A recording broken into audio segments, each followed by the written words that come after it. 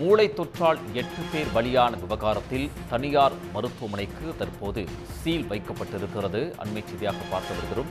2023இல் பல் மருத்துவமனையில் சிகிச்சை பெற்ற 8 பேர் மூளை தொற்றால் உயிரிழந்த விவகாரத்தில் தற்போது மருத்துவமனைக்கு மாவட்ட சுகாதார இணை இயக்குநர் ஞான மீனாட்சி சீல் வைத்திருக்கிறார்.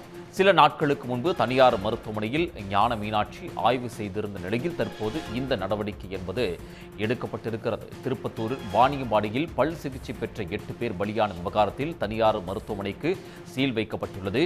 2023ஆம் ஆண்டு பல் மருத்துவமனையில் சிகிச்சை பெற்ற 8 பேர் மூளை தொற்றால் உயிரிழந்தனர்.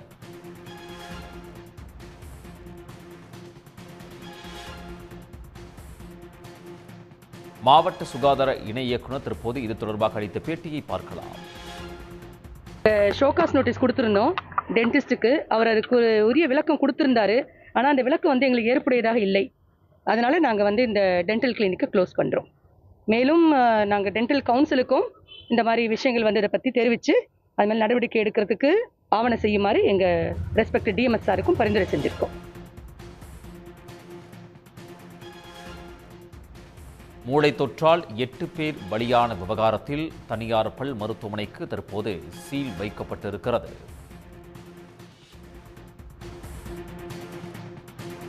உடனுக்குடன் செய்திகளை தெரிந்து கொள்ள சன் நியூஸ் பெல் ஐகானை கிளிக் பண்ணுங்க.